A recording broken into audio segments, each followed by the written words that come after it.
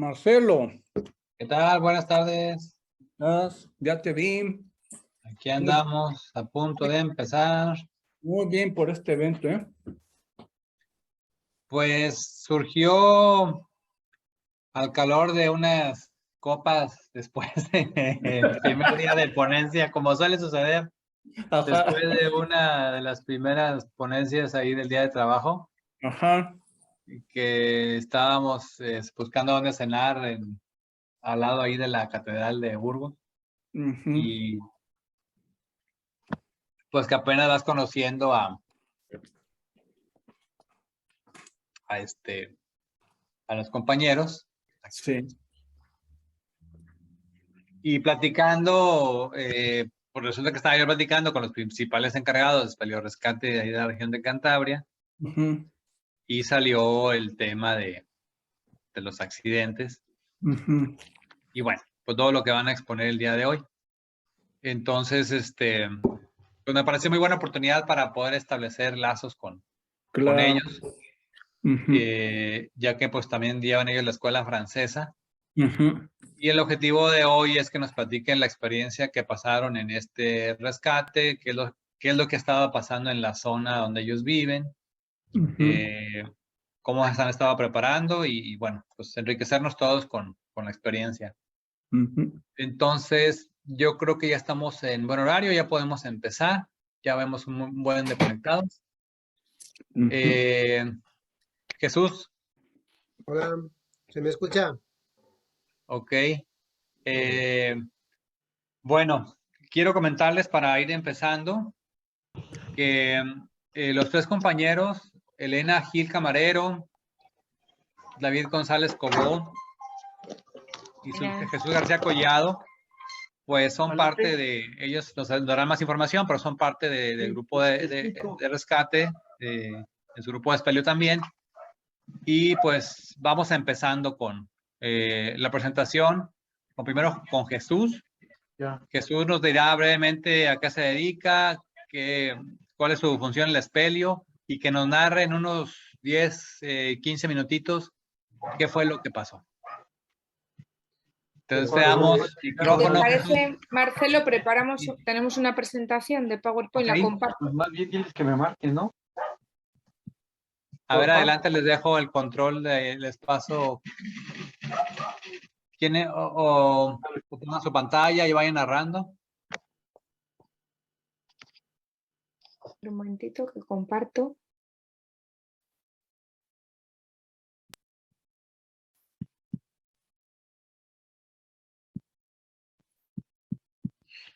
A Elena Gil le damos que puedan compartir.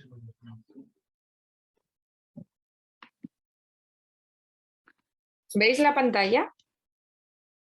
No.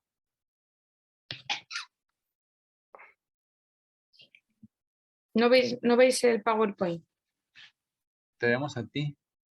Vale, pues un momentito, no sé qué está pasando aquí.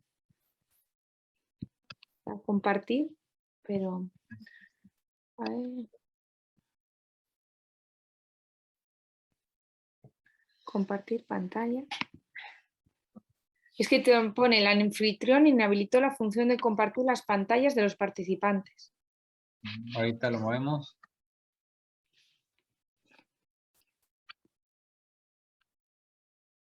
Aquí tenemos nuestro encargado de sistemas.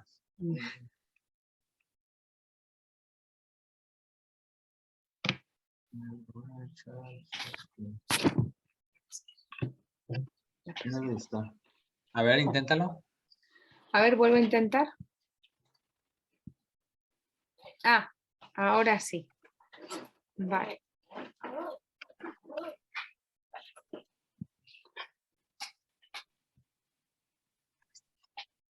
Ok.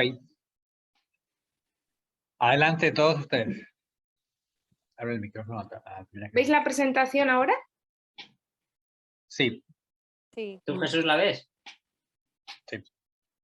Pues ve dándole fotos. Vale. Bueno, en principio eso.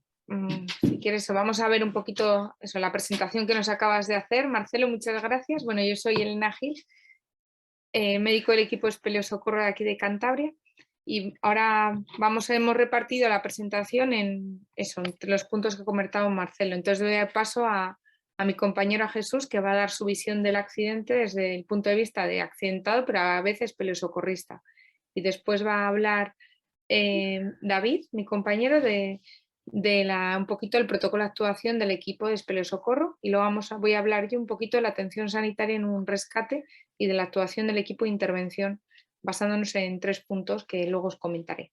Así que vamos a empezar.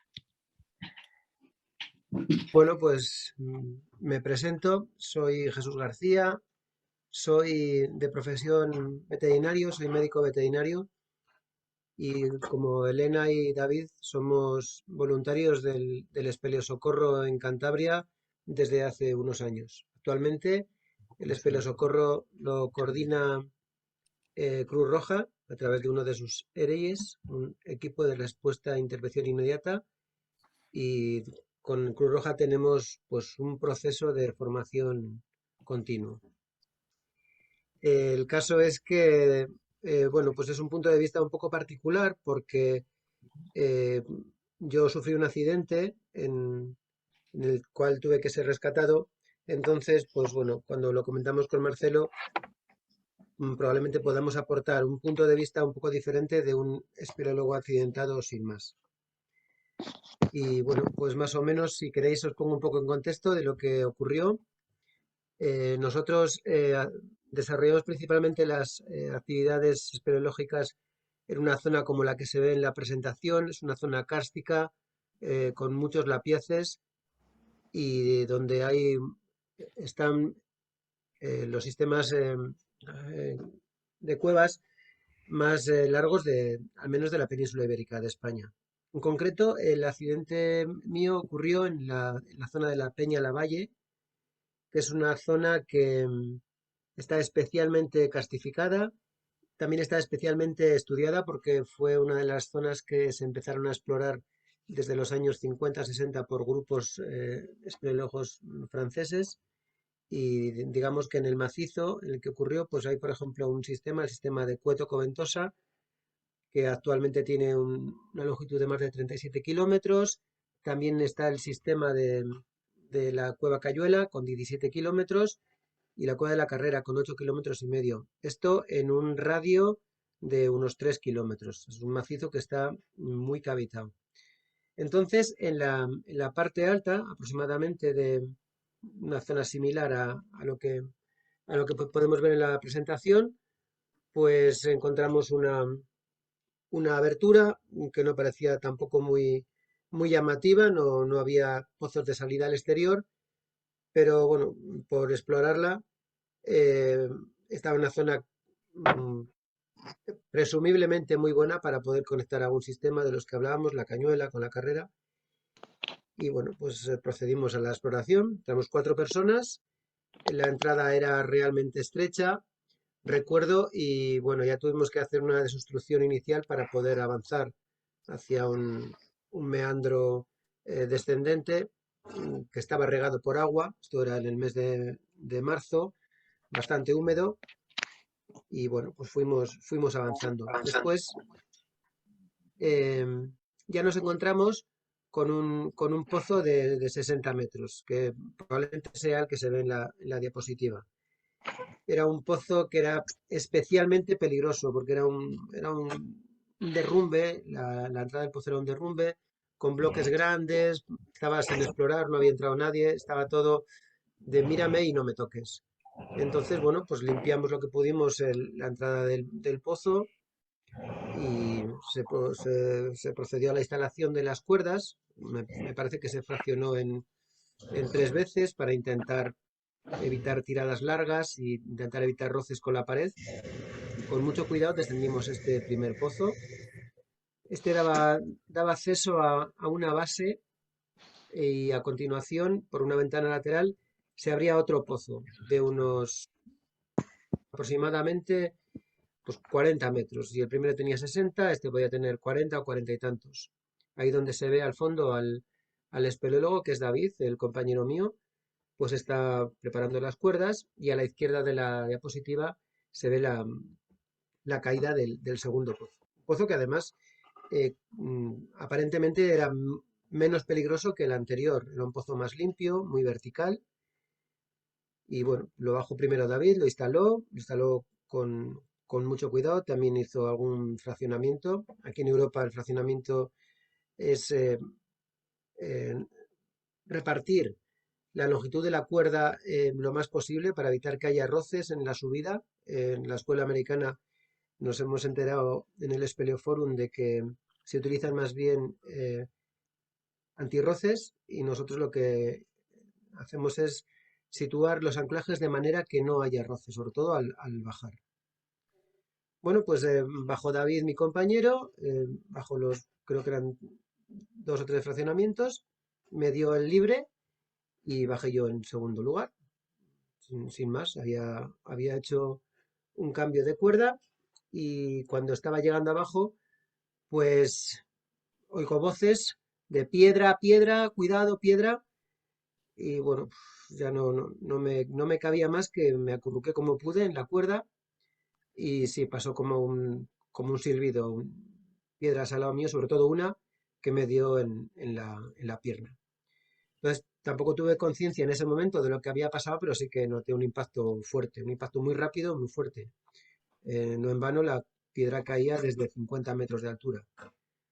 Eh, Aún me faltaban unos 5 o 6 metros para llegar al fondo de la torca donde estaba David. Desde arriba premiaban, ¿qué hay más? ¿Qué hay más? Quitaros, piedras, piedras. Y desde abajo, pues también me pareció oír voces de prisa. Y lo cierto es que intenté bajar lo más rápido posible, pero al apoyar la pierna derecha en la pared después del impacto ya vi que algo no iba bien. Bajé hiperventilando lo más rápido que pude y cuando llegamos a la base del pozo, pues ya estaba David allí para ayudarme. Y dice, ¿pero te ha dado? ¿Te ha dado? ¿Qué ha pasado? Digo, me ha dado y además creo que me ha roto la pierna. Pero claro, la situación fue bastante angustiosa porque desde arriba seguíamos oyendo voces, bueno, pues los ecos en una cavidad tubular de 50 metros distorsionan bastante lo que decían. No sabíamos si si iban a caer más piedras, Estamos bastante angustiados y lo primero que hicimos fue intentar quitarnos de la vertical de caída de las piedras, que ocurre además, como era una cavidad que no conocíamos, pues estábamos un poco desorientados y no encontrábamos un cobijo que pudiera socorrernos. Nos retiramos más o menos de la zona en la que habíamos instalado las cuerdas y a la pata coja apoyado en mi compañero y bueno, pues no encontrábamos un sitio adecuado. Estuvimos un poco bastante estresados unos instantes, no sé decir si unos minutos o qué. Y bueno, ya cuando aparentemente ya había cesado el ruido de caída de piedras, pues bueno, me senté allí bastante agobiado y muy acelerado a ver qué es lo que pasaba. Eh, lo primero que hicimos fue valorar un poco la lesión. Yo tenía la percepción de que estaba el hueso roto porque notaba un- casi un roce de hueso contra hueso y porque al intentar ponerme en pie al llegar a la base del pozo, pues la pierna claudicaba, o sea, no era capaz de mantenerme en pie. Tampoco insistí en el apoyo porque habría sido agravar más la lesión. Y bueno, pues en el suelo, pues entre David y yo hicimos un poco la valoración de lo que había. Me rasgó la bota con la navaja, la bota de goma, y al levantar para arriba el mono de espeleo, pues ya vimos que había una pequeña herida, no sangraba mucho, pero había una herida más o menos en la zona en la que yo notaba el roce de los huesos. Así que, bueno, pues una fractura abierta. Por suerte, y esa vez fue la providencia que tuvimos, David, a pesar de que bajaba el primero, de que había ido instalando, que muchas veces en estas actividades que no se presumen muy largas, porque en el fondo, bueno, pues eran 2 pozos de 40, 60 metros, más un trayecto horizontal, pues a veces en exploración tendemos a dejar material que pesa, que estorba fuera y, y que luego nos puede hacer mucha falta. Por suerte digo, en este caso David llevaba en el bote estanco, llevaba un botiquín con lo que creíamos o creemos habitualmente que es necesario ir para cualquier tipo de actividad. En el botiquín, eh, básicamente, y de primera intervención, teníamos un analgésico potente que nos había facilitado Elena, nuestra amiga y compañera, es fentanilo, y bueno, en mi caso era inhalatorio, eh, inhalé 2 veces, lo primero que hicimos, y después teníamos una férula de tipo SAM, que es una célula de espuma preformada con un aluminio que se puede adaptar a la pierna, en este caso al tobillo. Eh, También teníamos vendas secas y teníamos vendas elásticas autoadherentes. Recuerdo que el- el protocolo que utilizamos fue primero se vendó la pierna con una venda de tela, con una venda textil. A continuación pusimos una capa de venda elástica, procurando que la pierna quedara en un ángulo más o menos normal, traccionando desde la parte distal de la fractura. Y después ya David sí que me colocó la férula de espuma con aluminio adaptable, de modo que quedó bastante fijada la pierna. Por encima de la férula también volvimos a poner esta venda autoadhesiva, que luego os enseñará Elena cómo es. Y aprovechamos la bota de goma que estaba partida longitudinalmente con la navaja a modo de zueco, también como una protección y una inmovilización adicional.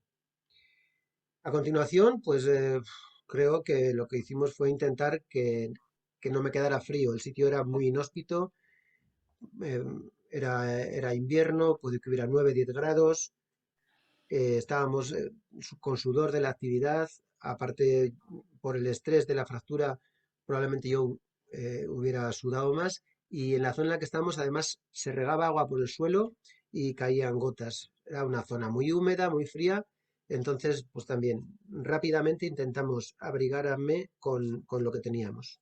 Ya había bajado para esto el tercer compañero, me puse una chaqueta de plumas dentro del mono, y después pues también entre mi saca, la de David y la del otro compañero, pues recopilamos mantas térmicas para intentar ponerme por encima del mono y para taparme e intentar improvisar algo en el suelo, porque la zona era peligrosa, no podíamos acercarnos demasiado a la presunta caída de piedras, y donde estábamos más alejados estaba incómodo con piedras, una especie como de colada mojada.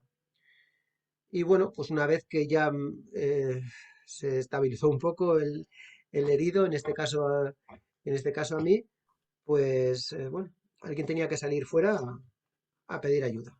Nosotros, por suerte, pues conocíamos cómo iba a ser el protocolo del rescate, y en mi caso tenía una idea bastante aproximada de lo que iban a tardar en venir.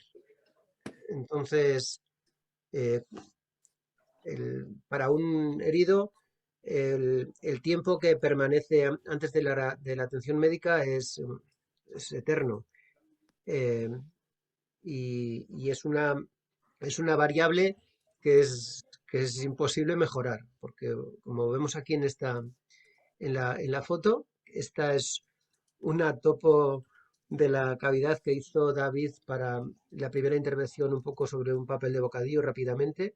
Yo estaba en la parte justamente en lo de más abajo, y bueno, la verdad es que ya desde el primer momento yo tenía personalmente la percepción de que el rescate era largo y era un poco peligroso. Peligroso porque en la parte del primer pozo que bajamos ya se veía que había un peligro claro de caída de piedras, aunque no cayó ninguna. Y en el segundo, aunque parece que era un pozo más limpio, desde luego caían piedras. Entonces, bueno, pues David ascendió los pozos. Yo creo que con una combinación entre rapidez y seguridad. Él era consciente de que, bueno, pues que no era importante llegar lo más rápido fuera, pero seguro. Y, Y mientras, pues bueno, esto puede que fuera no sabemos, las 2 de la tarde o algo así, creemos que entre 2 y 2 y algo, y echando unas cuentas así sobre la marcha, pues calculé que en 9 horas no iba a volver nadie al rescate. Eso esperando que no se complicara, pues porque eh, movilizar todo el operativo tiene unos tiempos inevitables. Y aunque yo supiera que mis compañeros iban a hacer todo lo posible, lo más rápidamente posible, por sacarme a mí o a cualquiera, pero bueno, basta que nosotros éramos del equipo, pues no tenía ninguna duda de que lo iban a hacer lo más rápido posible. Y bueno, pues como experiencia personal, pues sí que reconozco que el estar de la otra parte del socorro, pues me ayudó un poco para que la espera se me hiciera más corta o más llevadera. Con el analgésico que me facilitó David, eh, el dolor estaba relativamente controlado, bueno, el sitio era muy incómodo, eh, las circunstancias eran malas, pero bueno, no era un dolor que ni me hacía perder el sentido ni me hacía sufrir especialmente. Y bueno, pues con el otro compañero, que también es un tema que, bueno, ya que lo puedo comentar, es importante esa terapia, esa compañía al herido. Sobre todo estás en el fondo de una cavidad, tanto o cuanto herido, y el compañero, el espeleólogo en general, tiene que tener conocimientos de espeleosocorro y unas ciertas nociones de psicología de lo que se puede decir, lo que no se puede decir, para intentar que el herido esté lo más confortable posible. No hay que crearle falsas expectativas, tampoco hay que minimizar lo ocurrido y tampoco todo lo contrario, tampoco hay que lamentarse. Luego mi compañero, el que está en esta foto, yo creo que es el que está a mi derecha, pues bueno, lo hizo bien. No, no se me hicieron muy largas las 9 horas casi exactas que tardaron en llegar los primeros rescatadores. En cuanto llegaron, pues en parte porque los conocía, porque uno de mis amigos espeleólogos fue el primero que llegó, ya con una camilla, y en el primer equipo llegó una médico, también amiga nuestra, la que tenemos muy buena relación, que nos ha dado cursos de primeros auxilios y de atención de rescate y demás. Y después volvió David, mi compañero, que es el que está en esta diapositiva con el casco amarillo. Eh, entonces, bueno, pues en ese momento ya me sentí muchísimo más cerca de la calle que en las horas anteriores. Eh, la médico revisó la fractura, revisó las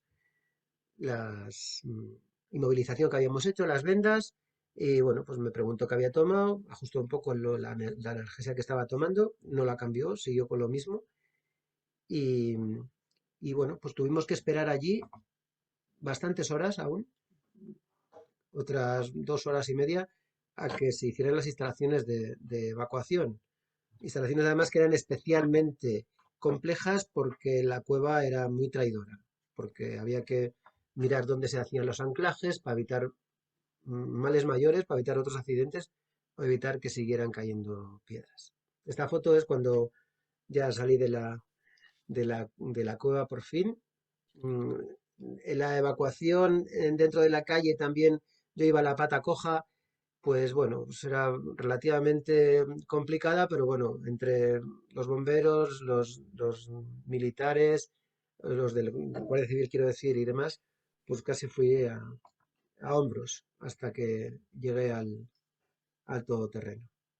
Eh, la- el rescate, aunque habían bajado la camilla, como yo estaba en bastantes buenas condiciones, eh, en parte porque yo conocía los procedimientos, pero en parte porque, y quiero hacer hincapié en ello, porque yo tenía un nivel de dolor controlado.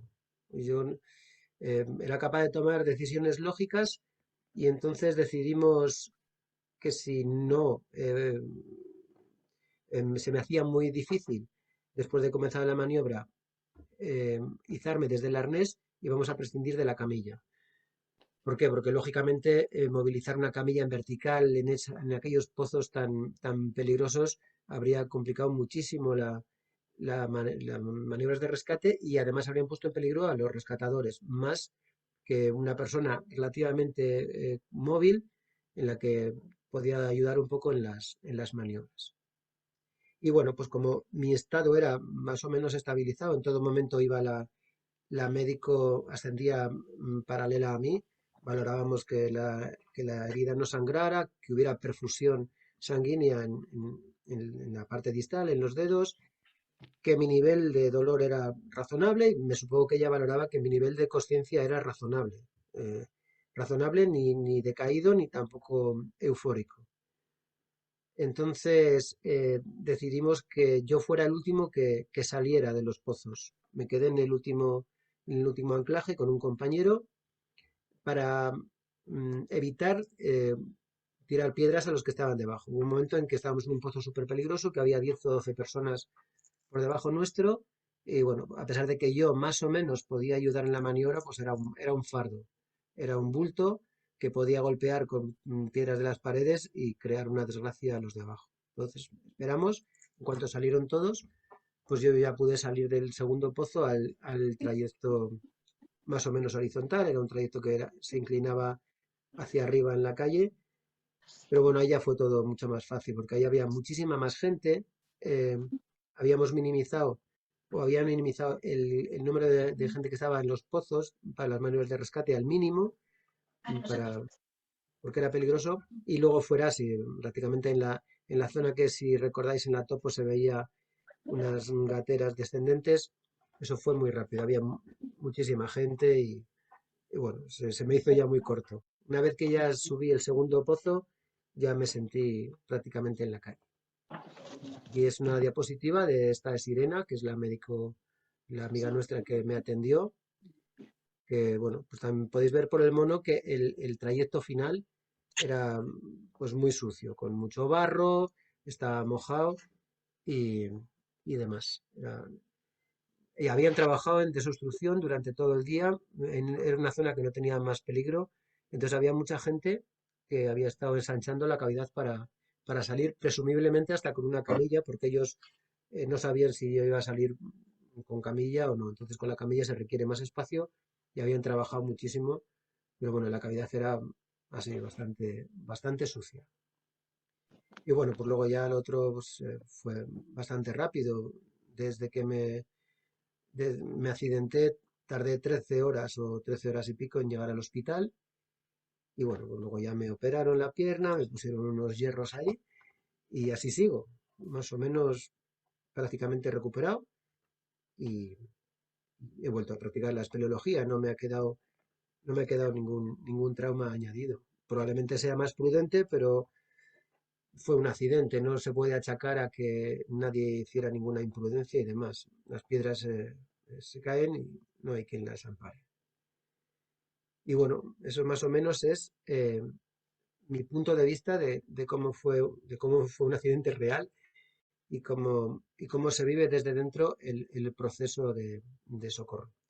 Ahora yo creo que es David, que está mucho más familiarizado con lo que es el protocolo y porque además en este caso fue él que tuvo que hacerse cargo de activar toda la cascada de actuaciones. Lo tuvo que hacer con el estrés añadido de que él era parte del suceso y que, bueno, pues a pesar de todo, no todos somos objetivos y estamos más o menos adiestrados para dar lo mejor de nosotros mismos, pero si es un compañero el que está accidentado, pues las cosas son más tensas. Y eso es, aquí doy paso a David. Vale, pues Marcelo, continuamos con el segundo punto que queríamos tratar en esta charla, que es más o menos como lo tenemos aquí en la región nuestra de Cantabria, el protocolo de actuación cuando hay un accidente en una cueva. No sé si se va a entender todo, porque aquí tenemos nuestras palabras, nuestras jergas. Y empezamos. Cuando llega una llamada, la llamada va al 112, que es el número de teléfono internacional al que entran las llamadas cuando hay un accidente. Ya desde esa sala, es una centralita de llamadas que tiene el gobierno de Cantabria, aquí, ya en cuanto ven que se trata del tema de una cavidad, de una cueva, pues ya lo pasan y hacen 3 llamadas y ya movilizan a 3 personas, que viene a ser a un rescatador que tiene siempre el gobierno de guardia, es un rescatador del gobierno de Cantabria. También llaman al coordinador que está de guardia de Cruz Roja, que es el que gestiona todo el espelio de los voluntarios. Y si fuese un accidente y no fuese un aviso o que se teme que hay, se llamaría la Guardia Civil, que son pues la policía aquí, como llamamos a la policía de aquí. Eso es solo en caso de que fuese un accidente ya asegurado, porque la mayoría de las llamadas son más que avisos de gente que no ha salido de una cavidad. Entonces, de momento, cuando es un aviso que no hay accidente, pues de momento con el rescatador de guardia y el coordinador de Cruz Roja se va organizando.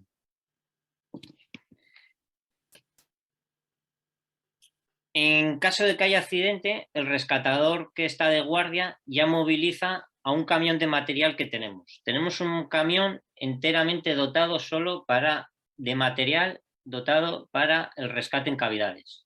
Es un camión que tiene un montón de cosas. Tiene varias camillas, botes neumáticos para el agua, kilómetros de cuerda, cientos de mosquetones, todo nuevo, puesto a punto, tiene material de comunicaciones. Es prácticamente todo lo que puede hacer falta en un rescate. Tiene hasta motosierras por si hiciese falta cortar árboles. Todo lo que hiciese falta en un rescate lo tenemos ahí metido. Y también movilizaría este rescatador, si hay accidente, a voluntarios de protección civil, que se dice aquí, que son chavales voluntarios que trabajarían en el exterior de la cavidad, para el tema de coches, para acercar a los socorristas a la cavidad, para cortar el tráfico si fuese necesario, carpas, tema de alimentación, bocadillos, lo que haga falta. Por otro lado, se movilizaría, como he dicho, al coordinador de Cruz Roja, el ERIE que tenemos nosotros, que de primeras, hay accidente o no, llama a un coordinador de socorro, o sea, llama a un espeleólogo. Este es un voluntario de Cruz Roja, él tiene a varios en agenda y a este se le movilizaría, sea accidente o no. Si es un retraso, ya se moviliza a estos voluntarios, que son espeleólogos, que conocen las cavidades y se tienen unos cuantos por si unos no están al teléfono, no pueden tirar de la lista al siguiente. A estos, aunque no haya accidente y van a una búsqueda de un retraso porque hay una llamada de que no ha salido gente, a estos voluntarios de primera intervención ya se les lleva unas sacas con material que necesitas para moverte por la cueva. Pues vienen unas sacas que vienen pues unas cuerdas básicas, unos mosquetones, etcétera, etcétera. Un material básico que necesitas para ir a hacer una búsqueda a una cavidad. Y también se lleva un botiquín de primera intervención, que luego Elena explicará, un botiquín con las primeras atenciones que pueda necesitar el herido que te puedas encontrar.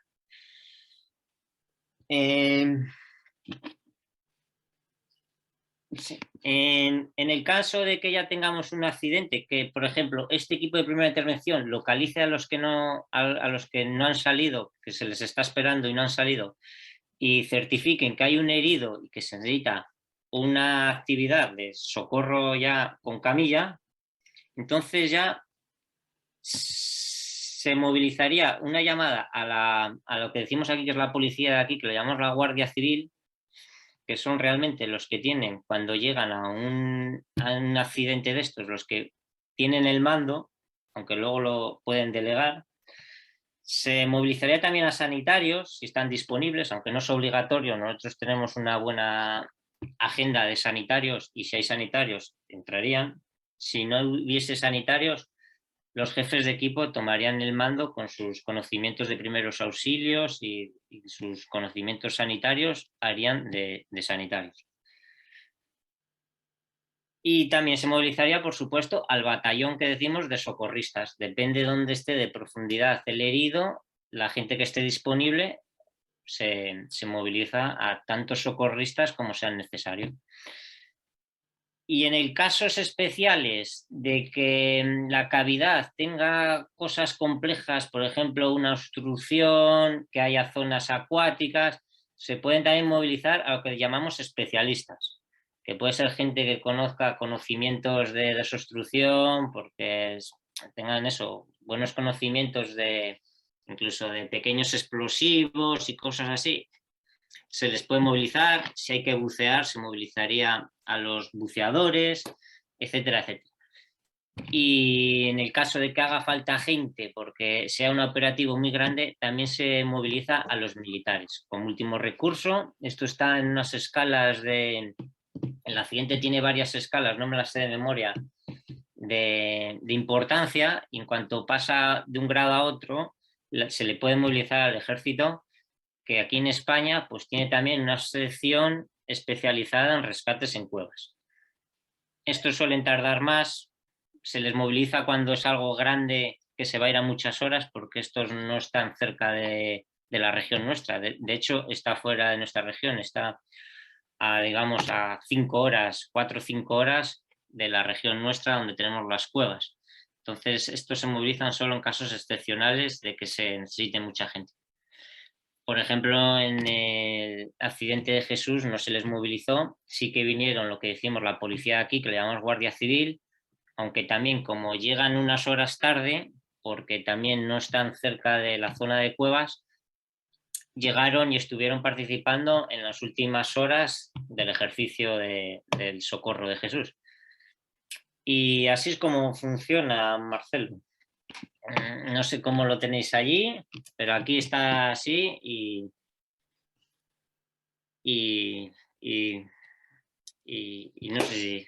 no sé cómo lo tenéis ahí, entonces así lo tenemos nosotros y siempre es así, depende si hay accidentes, se movilizan unas cosas, si es solo un aviso de pérdidas, se movilizan otras, las que tengo ahí en colores, he puesto en un color lo que se moviliza cuando es una pérdida, hay que ir a buscar a alguien, y en otro color está ya cuando hay que mover camilla, digamos, y en color rojo ya estaba cuando ya es algo muy grande y se requiere de especialistas, los militares, etc. Y ahora dejamos a Elena, que va a meterse con el tema sanitario. Bueno, pues ahora lo que vamos a hablar un poquito es lo que debe hacer el equipo de primera intervención, que es un poquito los consejos para la estabilización. Ya Jesús ha hablado un poco con su experiencia, ha repasado las intervenciones básicas que hay que hacer, que son atención a 3 puntos, sobre todo el primero, que es el control de la hipotermia, que es el punto caliente, la estabilización del accidentado, que es controlar 2 puntos, que es el dolor y la hipovolemia, y luego la valoración.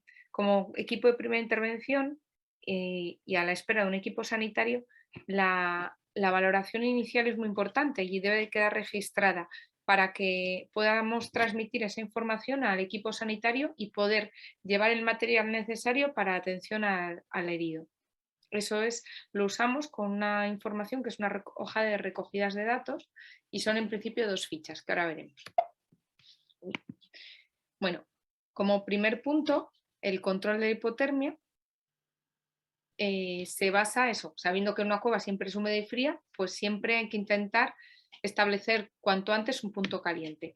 Para eso hay que intentar siempre acordarnos de aislar del suelo al accidentado, no solo poner las mantas por encima, las mantas térmicas, sino también aislamiento del suelo por la humedad, como ha dicho antes Jesús.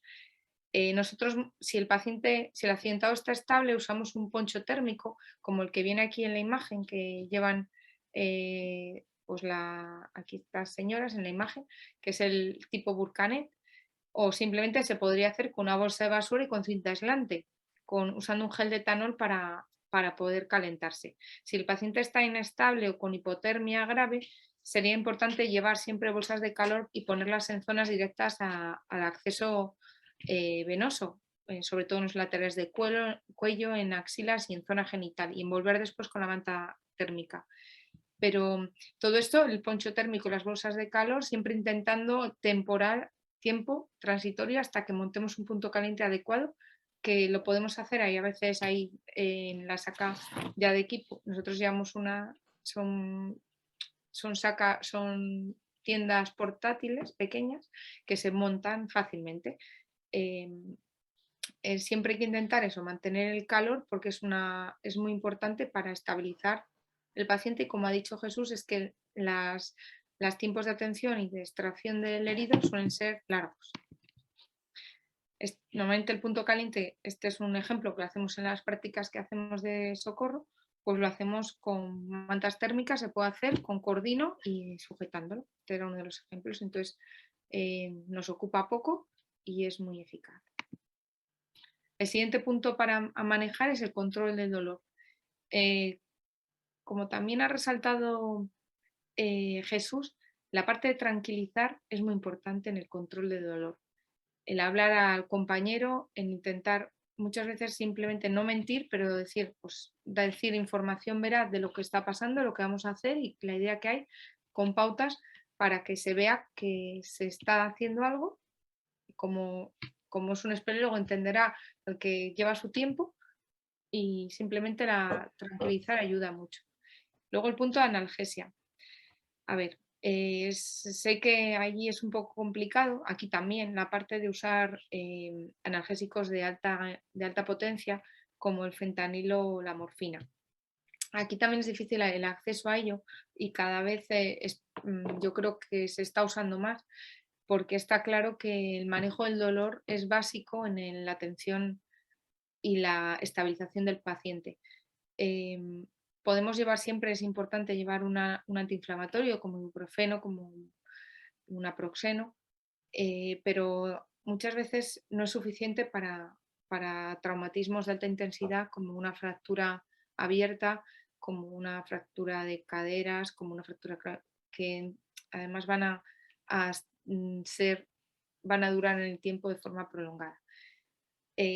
Otra opción que podemos hacer, siempre que nunca vamos a tener déficit de ello, va a ser intentar contener la fractura, reducirla, para saber que al controlar la fractura y evitar el movimiento, controlamos el dolor. Para eso usamos las férulas que ha comentado antes Jesús, que llaman, que es la férula SAM, que lo que simplemente es que es como un yeso movilizable. Lo que es una venda que al estirarla y poner los lados hacia adentro se queda rígida, entonces nos sirve como un yeso, y lo que hace es ayudar a inmovilizar la zona. Se puede usar en brazos, se puede usar en piernas, se puede usar como collarín. Lo que intentamos es inmovilizar, porque la inmovilización controla el dolor. Aparte, podemos usar si sospechamos que hay una fractura de clavícula, que es algo también frecuente en una caída, podemos usar una manta térmica como un vendaje en 8, es algo fácil de usar y accesible. También, si hay una luxación de hombro, que es otra de las cosas que nos podemos encontrar en el momento agudo, y sabiendo la espera que hay en una cueva, tendríamos que intentar reducirla. La reducción, a veces simplemente con decir que ponga las manos detrás del cuello a la persona que ha tenido la luxación, podemos conseguir el giro que reduzca la luxación. A veces no es tan fácil, necesita maniobras como la de Hipócrates, pero bueno, que es importante conocer. El siguiente punto es el control de la pérdida de sangre. Hay que saber que tener siempre la idea de que cada hematía de la sangre cuenta.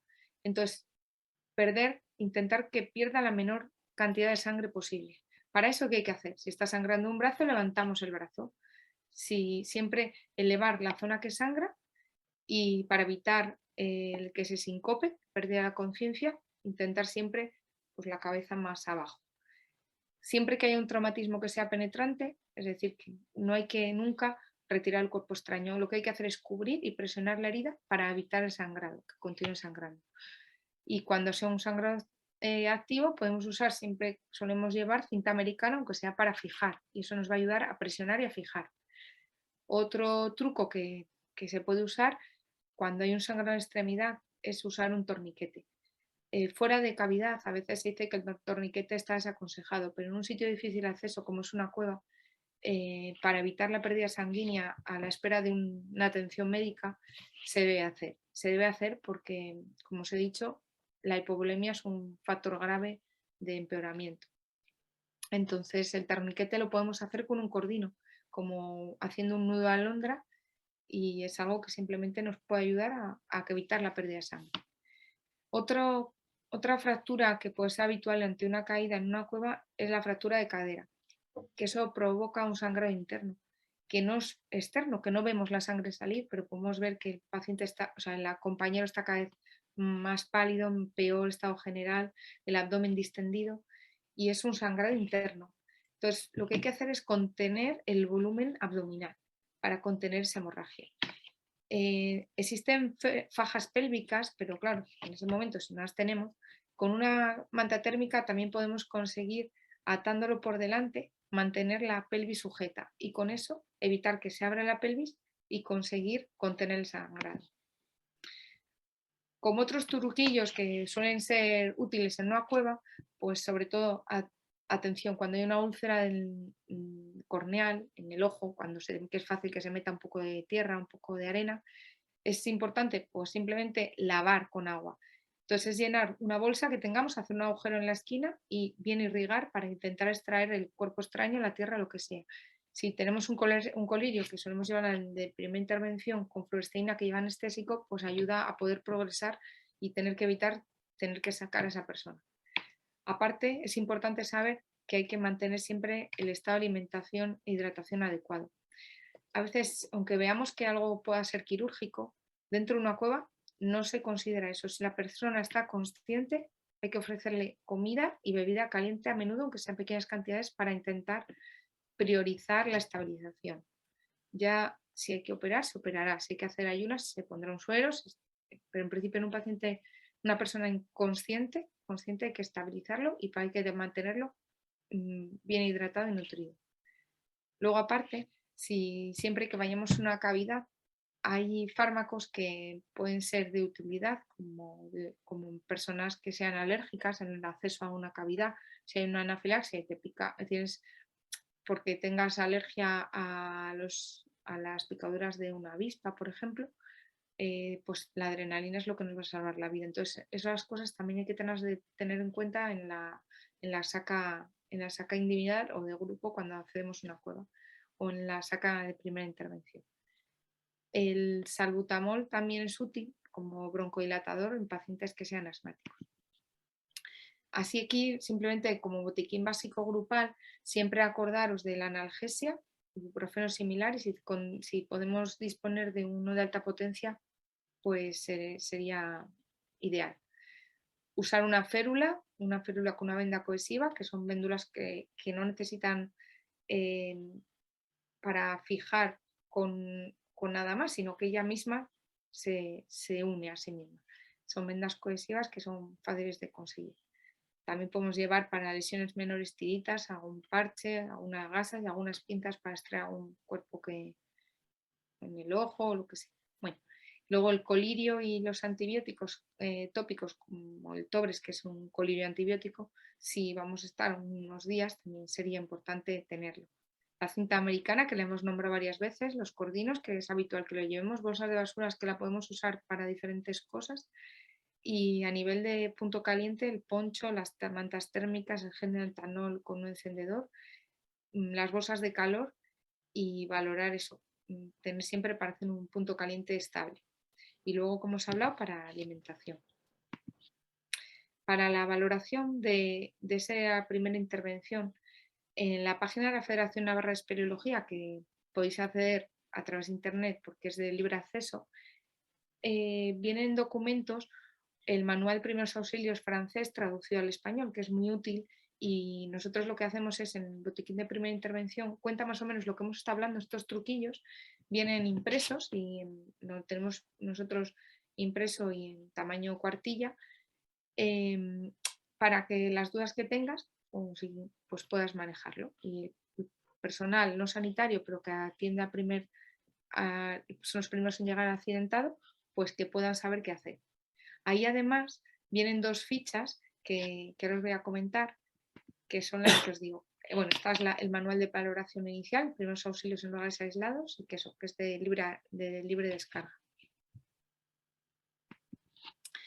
Las fichas que siempre también añadimos en el botiquín de primera intervención, que lo que es, nosotros lo tenemos puesto en un bote estanco, porque no necesitamos mucho más como para el equipo de primera intervención, es una ficha de alerta en la que nos van a señalar los que primero lleguen, aparte de los datos del accidentado, a qué hora ha sido, cómo se le atiende, pues la edad, el sexo, cómo ha sido la situación, dónde está, más o menos cómo lo hemos encontrado, si tiene datos de hipotermia, si ha tenido, vemos que hay algunas lesiones que podamos describir fácilmente. Entonces, en esta ficha se señalan, se dibujan dónde encuentran las lesiones, se identifican si hay hemorragias, elusaciones, fracturas de sospecha, y vemos un poquito cómo estaba el paciente, si estaba consciente, si nos hablaba, si contestaba, si había sangrado antes, aunque no hubiéramos sabido, si respira bien, si tiene pulso, si mueve bien todas las extremidades. Son preguntas básicas, pero que luego nos pueden ayudar a la hora de saber qué material debemos llevar. Y luego, en principio, eso, siempre saber qué posición le hemos dejado, posición lateral de seguridad, en decúbito supino, bueno, en principio ya os he dicho que siempre, si hay sangrado, intentar que esté con la cabeza un poquito más baja, si respira estable, bueno, posición lateral de seguridad puede ser cómodo. Ver si cuánto tiene de dolor, también ver la intensidad de dolor y ver y escribir y detallar qué es lo que hemos hecho, ¿vale? Aquí vemos un poquito más detallado lo que hemos hablado, la primera parte, y eso, sobre todo también preguntar, hay que ver si hemos proporcionado un punto caliente, acordarnos si ha habido que hacer una reanimación, el vendaje que hemos hecho, y preguntar al paciente si tiene alguna enfermedad que sepa él, algún antecedente, qué fármacos toma. Durante el tiempo que estamos con el herido, también tenemos una hoja que es la ficha de vigilancia. Esa la suele llevar ya el equipo sanitario cuando llega, y si el equipo sanitario va a tardar mucho, pues hacemos la ficha anterior y ya el equipo de primera intervención, hasta que llega el equipo sanitario, va tomando constantes. Pues la otra hoja significa la primera valoración y luego después hay que ir revisando cómo está esa persona, porque la estabilidad es muy importante. Entonces, si esa persona está inestable, está empeorando, pues hay que ir tomando las constantes y ver para poder actuar. Y bueno, más o menos hasta aquí era lo básico. Luego nosotros tenemos una saca sanitaria específica en la que intentamos, es una saca de espeleología que se abre a lo largo, que tenemos diferentes contenidos, pues para la parte de fármacos, la parte de vendaje, la parte de punto caliente, que es la que solemos llevar en el equipo sanitario. Pero bueno, yo creo que eso ya se pasa un poco de esta presentación. Pues nada más, muchas gracias. No sé si Muchas tenéis gracias. alguna pregunta. Muchas gracias, Elena. Muchas Dejo de gracias, David y Jesús. Les estoy pidiendo a mis compañeros que alguna pregunta me la manden acá por el chat que tenemos. Pero yo tenía algunas en especial. Para Jesús, ¿cómo fue el manejo, cómo fue el dolor cuando llegaron los rescatistas después de las horas que pasaron? Bueno, más bien, tú te bueno, tomaste el medicamento porque lo inhalaste, ya lo tenían en el botiquín, que fue una gran ventaja. En la escala del dolor, ¿con qué dolor tenías antes de la aplicación? Hombre, pues en un primer momento, pues un hueso roto duele, pues puede que tuviera un 9 o entre el estrés inmediato del accidente, pues sí, de 0 a 10 puede que tuviera 9 y con la aplicación intranasal enseguida, en minutos, pues bajó a un nivel 4 o un nivel 5 que se mantuvo así hasta todo el rescate, porque cada 3 horas, a las 3 horas volvía a tomar otra nebulización y ya cuando llegó la doctora, pues siguió con esa pauta. De hecho, me la reforzó. Había pasado menos de otras 3 horas y volví a tomar otra nebulización. Entonces, sí, bueno, pues no se había anulado por completo el dolor, pero era soportable. De 0 a 10, te puedo decir un 4, te puedo decir un 5. Ok. Ya en el exterior, ¿fue necesario que te operaran? O sea, toda la reducción de la fractura y demás, ¿no? Sí, sí. Me pusieron un clavo intramedular porque la fractura no estaba desviada, pero bueno, estaba totalmente seccionada la tibia y había roto, era abierta. Había salido el hueso momentáneamente al exterior. Luego supongo que se recolocó y en las primeras maniobras entre David y yo también procuramos alinear la fractura. Pero vamos, aun con todo, sí, sí, necesité intervención quirúrgica. ¿Y cuánto tiempo tardaste tuviste rehabilitación? Sí, ¿Y cuánto tiempo tardaste en volver a incorporarte a tu vida normal? pues unos 6 meses, más o menos. ¿Y en lo Eh, laboral, cuánto tiempo? sí, sí, 6 meses ya estaba trabajando. Bueno, en pocos días, con la cirugía que me hicieron, al día siguiente apoyaba ya la pierna, pero bueno, fue bastante, un mes para poder andar con muletas. A los 2 meses aproximadamente ya andaba solo con una muleta y bueno, cojeando aproximadamente, pues esto fue el mes de marzo. En agosto ya estaba en condiciones hasta de dar paseos por el monte o hacer una actividad relativamente normal. Mm. Lo que pasa que Ok. mi trabajo también, pues es bastante peligroso porque yo trabajo con ganado, soy veterinario de vacas, entonces pues se requería que estuviera en plenas facultades para reincorporarme. Yo pienso que si hubiera tenido un trabajo que no requiriera ese nivel físico, pues casi en 4 meses podría decir que me habría podido volver a incorporar.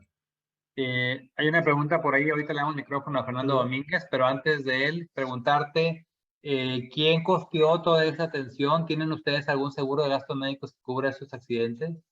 sí, nosotros en este caso estamos federados, la Federación Cántabra de Espeleología tiene contratado un seguro privado, y se hizo cargo de todo, tanto de la operación como de la rehabilitación, e incluso estoy pendiente de que me retiren ese clavo que tengo intramedular ahora, se encargó de esa segunda intervención quirúrgica. Sí. Y, La cuota, por ejemplo, que nosotros pagamos por estar federados es una cuota, unos, podría ser de $100 o algo así, para que te hagas idea. Y sin embargo, pues el beneficio en mi caso pues fue enorme. Sí. ok. Vamos a darle el micrófono a Fernando, que quería hacer una pregunta. Un No, segundo. pues me la ganaste, Doc. Hola, buena tarde a todos. O buenas noches allá en España.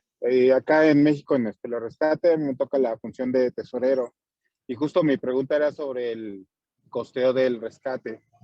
Pero bueno, ya nos está respondiendo que Bueno, pues en cuanto la al federación rescate, cubre los gastos.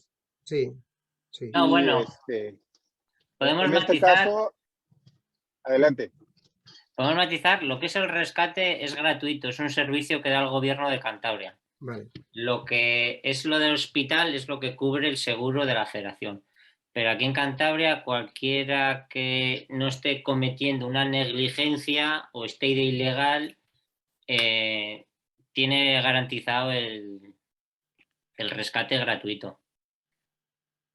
Tanto como si es un accidente de tráfico, es un ahogamiento en una playa o es en una cueva. ok. Fernando. De acuerdo. No, bueno, nosotros no tenemos ese modelo de atención acá y últimamente le he estado dando vueltas a este tema de cómo generar un fondo de emergencia o algo que ya platicaremos internamente. Pero me parecía muy interesante saber cómo se maneja allá porque no tenemos ese modelo acá en México. ¿Y saben la federación con qué aseguradoras estarán cubiertos? yo creo que es Allianz. No sé si trabaja en México Allianz. Aquí Sí, casi yo he no. cotizado con seguros con ellos sobre este tipo y sí los tienen. Ok. Casi todas las federaciones que yo sepa y los tipos de seguros deportivos o de aventura y eso, yo creo que Allianz es la que más trabaja eso. De acuerdo. ¿Alguien más por ahí que desea hacer una pregunta? A ver, acá estoy atento. Hay una, ¿no?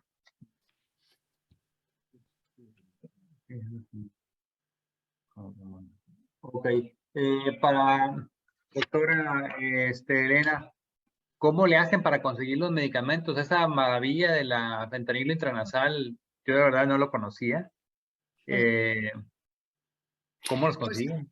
Pues aquí lo conseguimos porque yo trabajo en un hospital en el que hay un equipo de paliativos y que muchos de esos medicamentos que no se usan y tienen todavía una fecha de caducidad prolongada, los tienen ahí siempre a atención, por si acaso se necesitan, y a mí me los han facilitado. Yo hago una nota de que, pues para lo que es, y luego cuando está caducado los devuelvo. Si no los he usado y si justifico el uso, pues ya está. Y nosotros que estábamos, en el caso de uso de AINES, por ejemplo, ibuprofeno, ¿han tenido alguna complicación con hipotermia con el uso de AINES, que acelera la hipotermia de un paciente? No.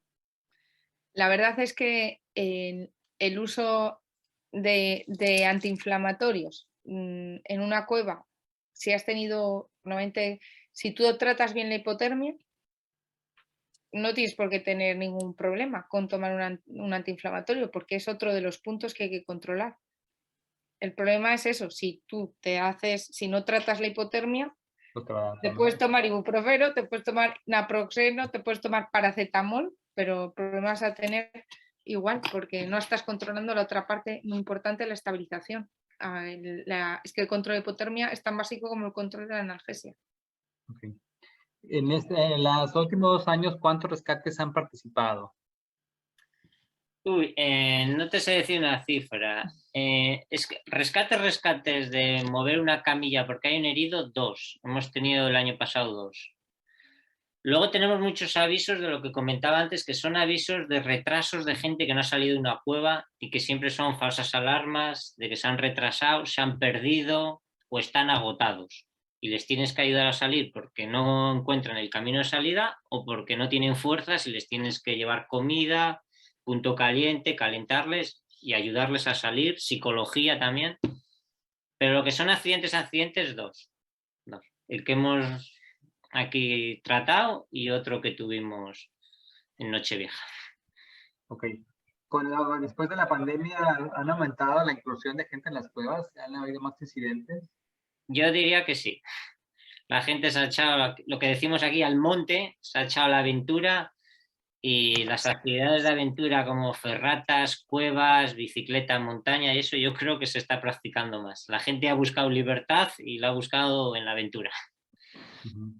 ¿Han modificado algunas técnicas del protocolo del rescate francés en cuanto a las técnicas verticales para hacer más prácticos los rescates?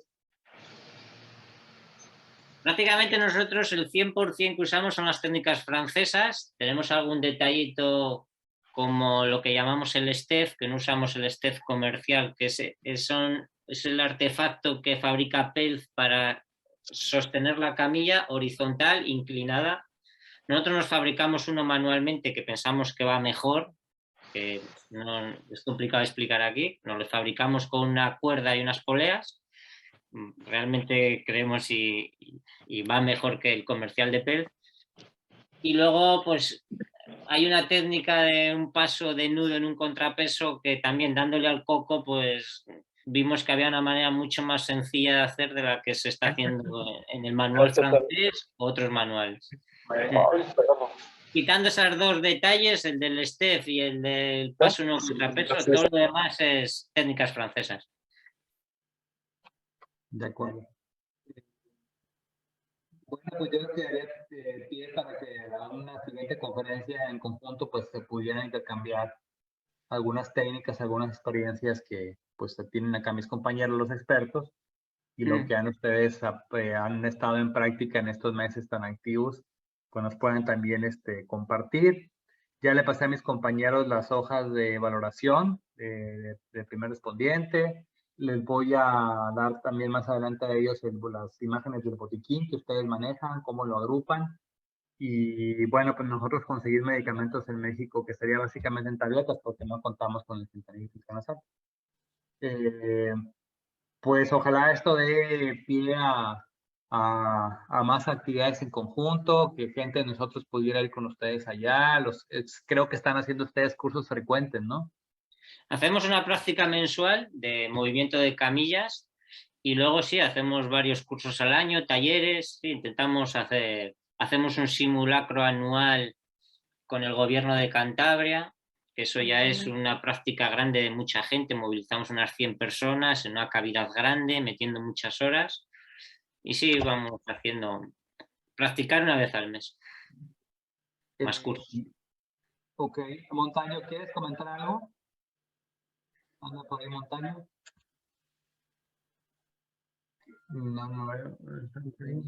No sé. Montaño. José Antonio Montaño. Creo que anda por ahí. Bueno, pues yo creo que hemos cumplido los objetivos. Nuestro grupo tiene un próximo simulacro. Tiene un próximo simulacro en 2 semanas. Tendremos muy fresca esta información y pues nos ayuda mucho en el crecimiento de nuestro grupo y de la formación. Ojalá podamos hacer actividades en conjunto más adelante. Les informaré cómo fue el simulacro y pues que se establezca una unión de trabajo, ¿no? Entre nosotros y ustedes y vayamos nosotros a reconquistar la Estáis todos invitados a venir aquí a practicar lo que haga falta. Pues muchas gracias. Creo que no hay más por aquí. Me piden que nos podrían compartir la ficha de alerta de RM. Aquí estoy, pero la vista de pantalla, se los puedo ir. Ok, Montaño nos puede escuchar, pero ya te podemos escuchar, Montaño. Te quitamos el micrófono. ¿Sí me pueden oír? ¿Sí me pueden oír? Ah, sí. ok. ¿Qué era lo que me preguntabas, Mauricio? Que no, Marcelo, No, perdón. solo algunos, ya vamos por terminar. ¿Algún comentario que desees hacer? Que eres nuestro decano. Y relaciones internacionales hasta esta semana. Sí. Mira, me da mucho gusto que hayan tomado esta iniciativa, de verdad, es la primera vez que la hacemos y pues te felicito, Marcelo, por esta iniciativa y que tomó parte dentro de nuestra coordinación de capacitación. Pues bienvenidos los nuevos compañeros para otra nueva comunicación, que la siguiente vez también nosotros podamos decirles algo y compartirles nuestras experiencias. Pero muy bien, muchas felicidades, me da mucho gusto esto. Pues muchas gracias, Elena. Muchas gracias, David, Jesús. Gracias. Un abrazo enorme, los dejamos descansar y allá con ustedes ya es tarde y nos vemos en la siguiente. Muchas gracias. Muy bien. Gracias a ti, hasta luego. Hasta Sí, luego a muchas gracias. todos. Bye, bye. Gracias.